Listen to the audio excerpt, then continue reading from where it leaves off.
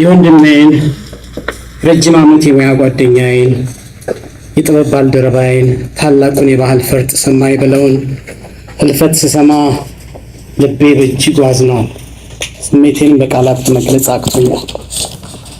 ሰማኝን ያወቅኩት በ1979 ዓመተ ምህረት ነው። ተወልጄ ያደግኩበት ከፍኖተ ሰላም ከተማ የ12ኛ ክፍል ፈተናዬን ካጠናቀቅኩ በኋላ ከልጅነቴ ጀምሮ የነበረኝን የጥበብ ፍቅር ወደ ሙያ ለመቀየር ወስኜ ወደ ባህር ዳር በሄድኩበት ጊዜ በወቅቱ በባህር ዳር የነበረው የጎጃም ግሽ አባይ ባህል ኪነት ቡድን የጥበብ ህይወቴ መጀመሪያ ትልቅ ትምህርት ቤት ነበር። እኔና ሰማኝ የተገናኘነውም እዛው ቡድን ውስጥ ነበር። ከዛ ጊዜ ጀምሮ እኔና ሰሜ በወጣትነታችን በግሽ አባይ ኪነት ቡድን ውስጥ ለሶስት ተከታታይ ዓመታት አብረን ስንሰራ የነበረው ወዳጅነት፣ የጋራ ህልም እና የጥበብ ጉዞ ዛሬም በአይምሮዬ በግልጽ ይታያል። በመድረክ ላይ አብረን የዘፈናቸው ቀናት፣ በጉዞ ላይ ያሳለፍናቸው ጊዜያትና ለባህላዊ ሙዚቃ በጋራ ያበረከትነው አሻራ ፈጽሞ የማይረሳ ትውስታ ሆኖ ይኖራል። ከዛ በኋላ መንገዳችን ሩቅ ሆኖ እኔ ወደ አሜሪካ ስመጣ እሱ በሀገር ውስጥ እየኖረ ለሙያና ለባህሉ በታማኝነት ሲያገለግል ኖሯል። በብዙዎች ዘንድ ተወዳጅ፣ በባህል ዘርፍ የተከበረና የባህል አምባሳደር ተብሎ የሚጠራ ድንቅ የጥበብ ሰው ነበር። ሰማኝ በባህሪው ለሰው ቅርብ፣ ተጫዋች፣ አክባሪና ቅን ሰው ነበር። ከሰዎች ጋር በቀላሉ ይግባባ ነበር። ጓደኞችን በጣም ያከብር ነበር። ለዚህ ነው ትውውቃችን ከስራ ባልደረባነት አልፎ ወደ እውነተኛ ወዳጅነት የተሸጋገረው። ዛሬ ወደ ኋላ ተመልሼ ከሰማኝ ጋር ያሳለፍናቸውን ዘመናት፣ የጋራ ስራዎቻችንና ውብ ትዝታዎቻችንን በታላቅ ፍቅርና ክብር ነው የማስታውሳቸው። ሰማኝ በለው ስለ ሀገሩ፣ ስለ ባህሉ፣ ስለ ህዝቡና ስለ ማንነቱ በኩራት የተናገረ እውነተኛ የጥበብ ሰው ነበር። ብዙ ዘመን ተሻጋሪ ስራዎችን ሰርቶ ትቶልን ወደማይቀረው ዓለም ተሻግሯል።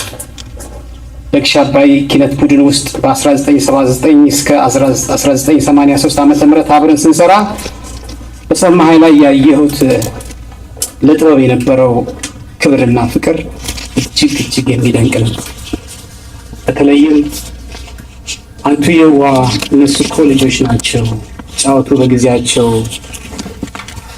በተሰኘው ሙዚቃዊ ድራማ ውስጥ የአባትነት ገጸ ባህሪን እንዲጫወት በተሰጠው ጊዜ ከጠበቅኩት በላይ ገጸ ባህሪው ተላብሶ በብቃት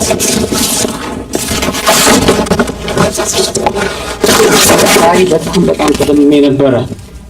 በዛ ዘመን ተሻጋሪ የቡድን ስራ ውስጥ ከተሳተፉት የዋሽንቱ ጠቢብ ሀብቱ ንጋቱ አንድሙቴ፣ የልጃገረድ ገጸ ባህሪን የተጫወተችው ብዙአየሁ ጎበዜ፣ የእናትነት ገጸ ባህሪን ተላብሳ የተወነችው ደግሞ የዓለምወርቅ አስፋው፣ እንዲሁም ዛሬ በህይወት የተለየን ሰማኝ በለውና እኔ ነበር።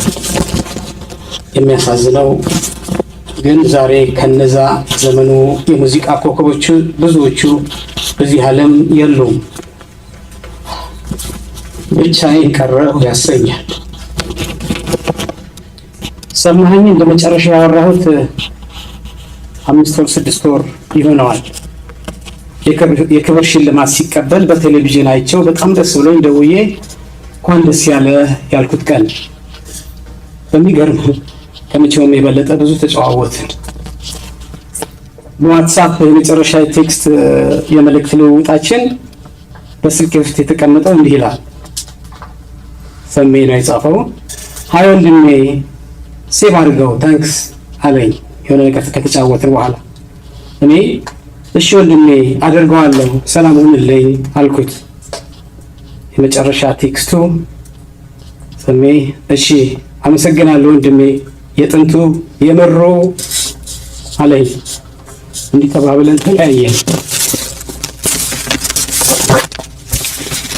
ሌላው አመት ሞላው መሰለኝ እኔ የኔን የህይወት ታሪክ የሚተርክ ፍኖተ ጥበብ የሚል ርዕስ ግለ ታሪክ መጽሐፍ ጽፌ በባህር ዳር ዩኒቨርሲቲ ለማስመረቅ በሄድሁ ጊዜ እሱም ከአዲስ አበባ ተነስቶ በአካል ከጎኔ በመገኘት የደስታዬ ተካፋይ ነበር። ያኔም ከመቼውም ጊዜ በለጠ ጣፋጭ ጊዜ አብረን አሳለፍን።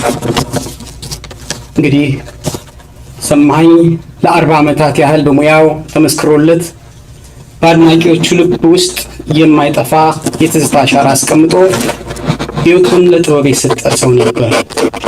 ክብርና ሞገስን ተቀብሎ ብዙ አይቶና አሳይቶ ፈጣሪ የፈቀደለትን የምድር ቆይታ አጠናቆ ወደማይመለስ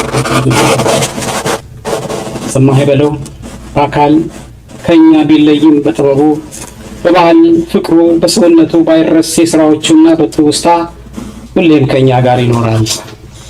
ለቤተሰቦቹ፣ ለዘመዶቹ፣ ለጓደኞቹና ለመላው የጥበብ ቤተሰብ ከልብ መጽናናትን እመኛለሁ።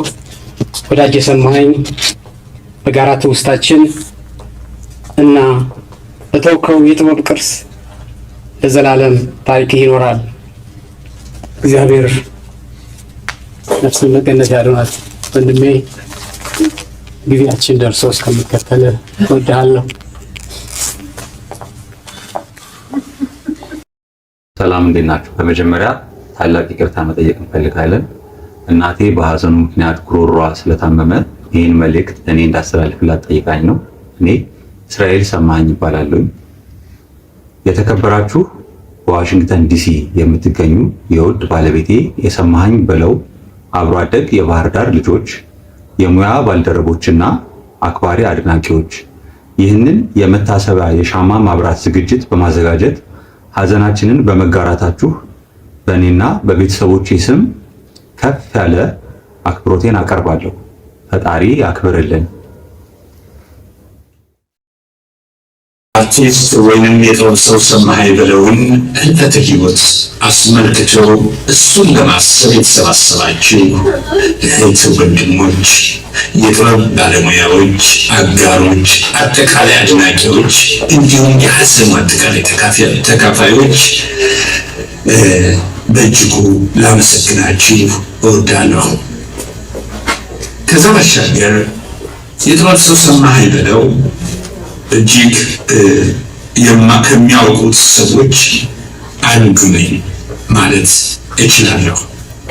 ምክንያቱም በረጅም ዓመት ውስጥ ሰማኸኝ በለው የግሽ አባይ የኪነት ቡድን አባል ሆኖ ባገለገለበት ወቅት በቅርበት የማውቀው በቅርበት ባልደረባዬ የነበር በመሆኑ ስለሱ ብዙ ነገር ማለት ቢቻልም ሐዘኑ ግን እጅግ የሚጎዳን ነው።